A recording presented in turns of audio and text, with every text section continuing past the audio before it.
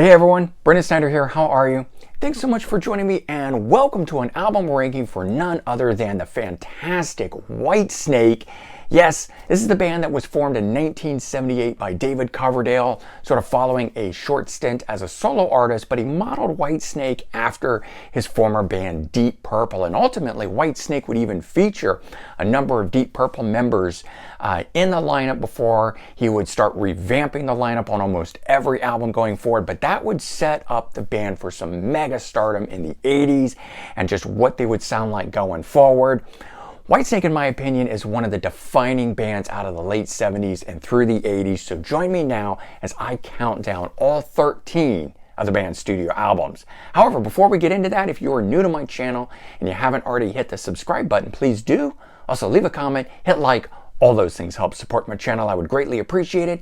And of course, as an added bonus, by turning on notifications, you're going to stay up to date on really cool videos just like this with an album ranking for Whitesnake. All right, as I said, there are 13 studio albums. So we kick off at number 13, the Purple album from 2015. This was their 12th studio album at the time, and it was the first to feature guitarist Joel Hoekstra, who came from Night Ranger, taking over for Doug Aldridge. Ultimately, Doug was not interested in making a covers album, so that's where the shift came from. It does feature reworked classics of David Coverdale's time in Deep Purple, for which he recorded 3 studio albums: Burn in 1974, Stormbringer 1974 also, and then Come Taste the Band from 1975, which is a personal favorite of mine. While this album is great, I'm not saying it's not for the reason that it's coming in here at the end. Just hearing these new renditions, in my opinion, they were interesting but didn't do much to improve on the originals. If I'm listening to Whitesnake, I want to hear Whitesnake, not Deep Purple, where I actually think the bands are very different sounding, in fact. So just simply because this does not contain any Whitesnake originals, that's why this is coming in last place. All right, number 12, Forevermore from 2011, 11 studio album. Nice key in to the 2011 year, 11th album on the 11th year. I don't know if that was intended or planned or just coincidence, but I always liked that about it. It's the second and last album to feature guitarist Doug Aldridge. In terms of the comeback era from the band, the 2 albums that Doug is on, though, I think really stand tall. Definitely a guitar player that I think helped define the band, bringing them back strong since they first reunited, and certainly making a new mark for the band itself. Much of the same is contained here on this album, but the band does seem to settle into that new song that Doug brought with the band on songs like Seal Your Heart Away, Love Will Set You Free, Easier Said Than Done, and it's a good album, just not as strong as the reunion album, Good to Be Bad from 2008. Coming in at number 11, Trouble from 1978, debut studio album, follow-up to the 4-track EP that they first put out. Some of you may notice that that album is not in here. There was a US edition that added 4 songs from David Coverdale's solo career, making it an album, but in fact, in reality, it is just a 4-track EP. So that's where we get the 13 studio albums. That's why this one here is actually their debut studio album, which was produced by Martin Birch, who worked with none other than Iron Maiden, of course. And Martin would really help define the early blues sound of Whitesnake. I think he was a key component to that. Very solid album in my opinion, but I think the band was still finding their footing. They're still rooted in, well, not still, I mean, they're starting off, so they're rooted firmly in the blues at this point. They haven't really gotten into that full-on, straight-ahead rock sound that we would know them for that would come later. Much more the boogie sound. All that is on this album here. Also with the cover of the Beatles song Day Tripper, for me it's a little bit hard to figure out where the band was trying to go on this one. But of course with tracks like Lay Down, A Modern Love Song, you really can see the direction. It's a good one. And I do think it's a great album, but it always makes me want to take this album out and put on one of the later albums. And so that's really why this one here doesn't place much higher than it is. Next one, number 10. Flesh and Blood from 2019. This is their 13th and most recent studio album. Hopefully not their last, but of course with the ongoing stuff with David Coverdale's health issues, it very well could be, which ultimately is why we're doing this ranking now instead of waiting for a new album, which I had thought maybe would happen. So, first studio album of original material to feature new guitarist Joel Hoekstra. As previously mentioned, he came from Night Ranger. Longtime guitar player Reb Beach is finally given more due on this album. You hear him a lot. His contributions to this contain more writing, more lead work on here than when he was with Doug Aldridge doing it. And Reb is actually made band leader from this point going forward, further confirming his new role in the band. And in my opinion, the band is much better for it. I really like the direction of this here. What Reb brings to the table can be heard. It's quite interesting, and just more of it would be even better going forward if they make more albums. This one here I think has a very classic feel to it. It can rival a lot of the past catalog. Songs like Good to See You Again, Shut Up and Kiss Me, Always and Forever is another great one. Trouble Is Your Middle Name.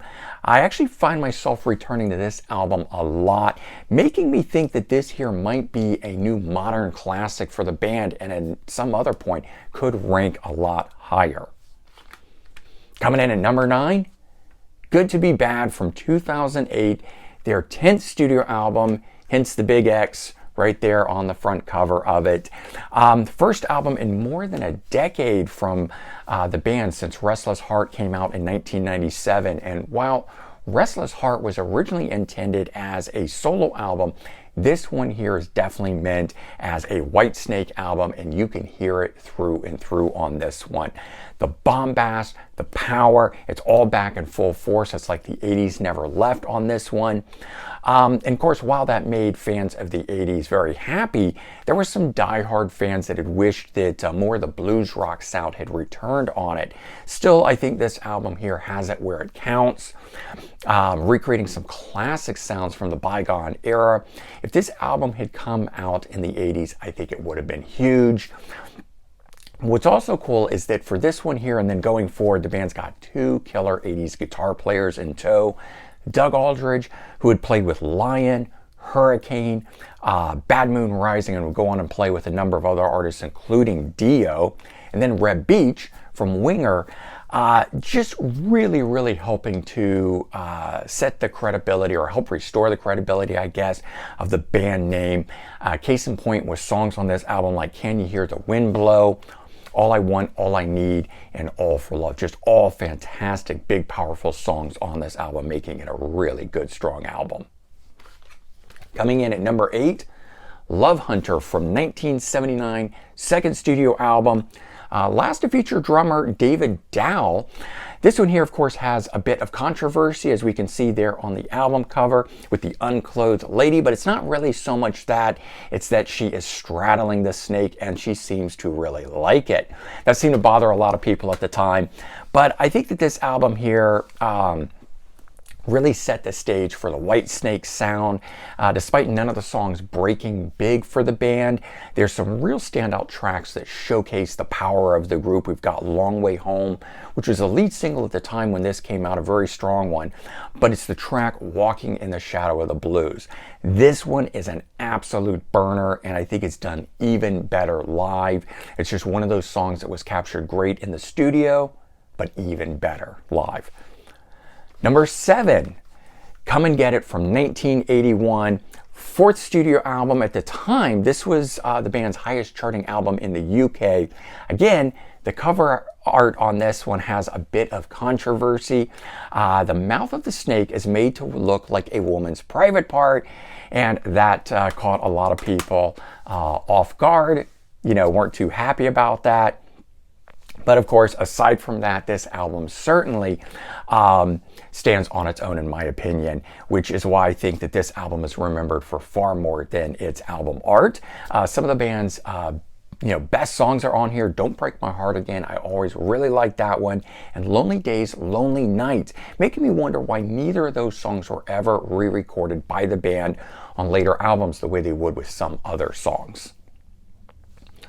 All right, coming in at number 6, Restless Heart from 1997, ninth studio album.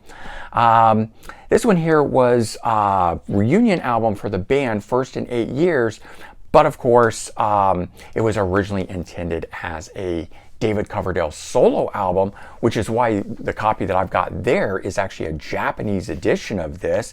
So the album features Adrian Vandenberg finally on guitar, since he didn't actually play on Slip of the Tongue in 1989. He just wrote it. He wasn't able to do it due to a hand injury. But here, he was finally able to play on the album. The album, though, is a much more subdued affair. So instead of it being that big powerhouse, bombastic album that Slip of the Tongue is, which you would have expected with Adrian Vandenberg, it's, as I said, much more subdued.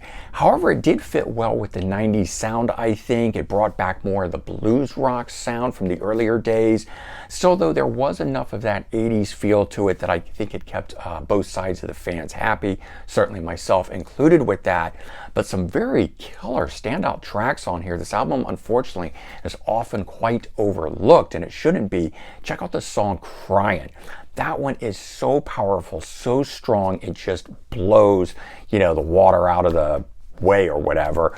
Don't Fade Away, Too Many Tears, and Restless Heart, all of which are that mid-paced rocker style tune, but very, very good at what they are. Now, the recent remix of the album, which does have the different art on it, original and the 2021 edition of it, is actually better in my opinion. So it's this remix album that's actually helping to make this rank a lot higher. Probably would have been further down the list had they not done that remix. If you've been holding off on this one, pick up the remix and see if you don't agree with me. All right, we're down to the top 5 here, and coming in at number 5, Slip of the Tongue from 1989. 8th studio album, 1 million sold in the US, I'm sure more around the world. Last to be on Geffen Records before David Coverdale unfortunately would break up the band so that he could form Coverdale Page, which very glad that he did Coverdale Page. I just wish he hadn't broken up the band. Of course, Coverdale Page being with Jimmy Page of Led Zeppelin. One of the all-time one-album wonder bands out there that wish they would have made another one, but we got Whitesnake back instead. Okay, so while Adrian Vandenberg did join for this lineup, as I was just talking about, he doesn't play on this album because of that hand injury. So all the guitar parts on this album are played by none other than guitar wizard Steve Vai. And I'm a huge fan of Steve Vai, so don't get me wrong when I say this. And when I'm in the right mood, I do love this album for that, but I think this album tends to sound more like a Steve Vai album that David Coverdale is on than really a Whitesnake album. That's just my take on it. Of course, that doesn't take away from any of the power of this album. It's just huge and bombastic. I think it might even have a bigger sound to it than the self-titled 1987 album, which I think is saying a lot. The band would re-record the classic Fool for Your Loving from Ready and Willing in 1980. And the band still had its own big hits off of this as well that were new, written for this. Now You're Gone, The Deeper the Love, and Judgment Day, which is just another powerhouse track, all killer slabs of Whitesnake music. Coming in at number 4, Saints and Sinners, 1982, the 5th studio album from the band. Last to feature the original classic lineup of the group. So David Coverdale on vocals, John Lord on keyboards, fellow former Deep Purple member, and Ian Pace on drums, also former Deep Purple member. So you got those 3 guys in here on this album. Neil Murray on bass, who's played with everyone under the sun, and then you've got the classic 2 lead guitarists from Whitesnake, Bernie Marsden on guitar and Mickey Moody on guitar. And nothing will ever take away from this lineup of the group. It's just an absolute immense, powerful, strong lineup that really came together, that all the buttons sort of clicked on when they did. Unfortunately, nearly a new entire lineup of the band would return after this. However, this album here, I think, showed what powerful, strong band they were, and it's just a shame they didn't continue. Case in point, the album features 2 of their biggest songs on it that would eventually be re-recorded in 1987. Here I Go Again is on this album, which has a much more funky, boogie, sort of blues feel to it than what it ultimately became, which is maybe why it became so successful, because there's enough difference between them.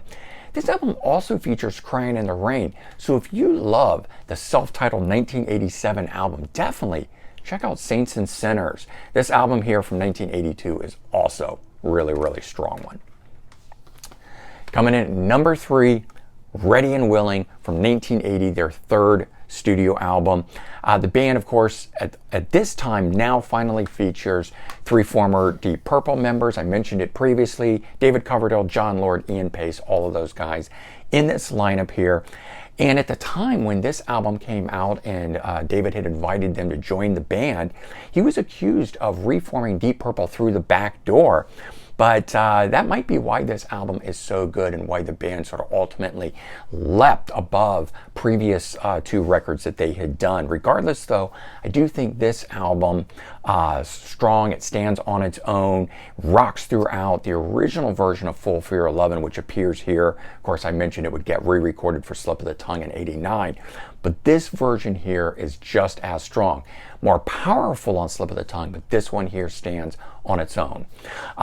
There's some really cool early classics on this one. One of the reasons that makes this album so good to me, I think the album is very strong from start to finish. Out of all of the early era of the band, this one here I think is the most consistent, which is why it's ranking in at this point. Sweet Talker, Ain't Gonna Cry No More, and the self-titled track of Ready and Willing, so good on here. Do check this album out. If you are only familiar with the heyday of the band, go back and check out some of this early stuff. Coming in at number 2, Slide It In from 1984, 6th studio album, 2 million copies sold at the time. First to be released on Geffen Records in the US. I think prior to this, none of the Whitesnake albums had been released in the US. They were only import versions. So this was really a new band to the US, which is probably why they were so successful and sold so much here in the US. It wasn't carrying on directly from Deep Purple, at least in the people of the US. This was seemingly something new that had David Coverdale. And a lot of people didn't know about that lineup of Deep Purple. It wasn't as big and popular as the early era of the band. So you got Geffen Records putting the power, the money behind this thing. What's interesting is this album actually has 2 different mixes, 2 different versions of it. You've got the the UK mix, which has Mickey Moody on it, one of the original guitar players. Different mix, I think even different bass player on it and stuff. But the US mix featured John Sykes, and he really brought the power, the hard rock to this band. So this was that transition. This was the start of that, moving from the blues rock boogie sound of the band to the straight up hard rock band that featured some blues in it. But this one here definitely featuring some real breakthrough songs for them. Loving Stranger, Slow and Easy, just to name a few off of here. But a powerhouse of an album, which is why it comes in at number 2.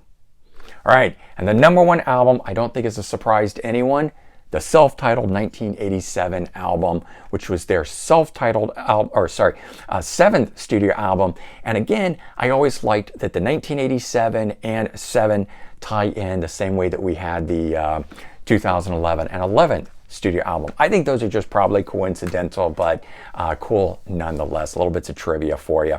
8 million copies of this album sold, one of the biggest sounding albums of all time. It's got huge guitars, bombastic drums on it, over-the-top vocals, completely changed the band from being a more straightforward blues rock band to finally being that hard rock band with just blues influence on it. And so this album features those 2 re-recorded songs from Saints and Sinners that were back in 1982, which I previously spoke about. Crying in the Rain, which was such a big song off of this album here. We've now got John Sykes really revving this one up here, making it much heavier. And then the big, huge classic that really broke the band, Here I Go Again. So this version, much more straight ahead rock, veering into power ballad territory and away from the original boogie feel of it. But just, again, that big sound coming through on this. The album, though, had its own hits in its own right. Is This Love? Arguably the band that invented the 80s power ballad, doing it better than anyone on this song here. here. Still the Night, another huge guitar song on this album. Both John Sykes and David Coverdale on this one. Complete overdrive in my opinion. All helping to make this album here the best, in my opinion, of course. So there you go. All 13 of Whitesnake's studio albums ranked for you guys. I'm sure you have your own opinion on this. Feel free to leave your number one album down in the comments, and we can go back and forth on that. And as I said just before, remember, this is just my opinion. There's no facts in any of this. This is just my album ranking of the 13 studio albums for Whitesnake. All right, take care, everyone. Have a good one, and I'll talk to you real soon. Bye-bye.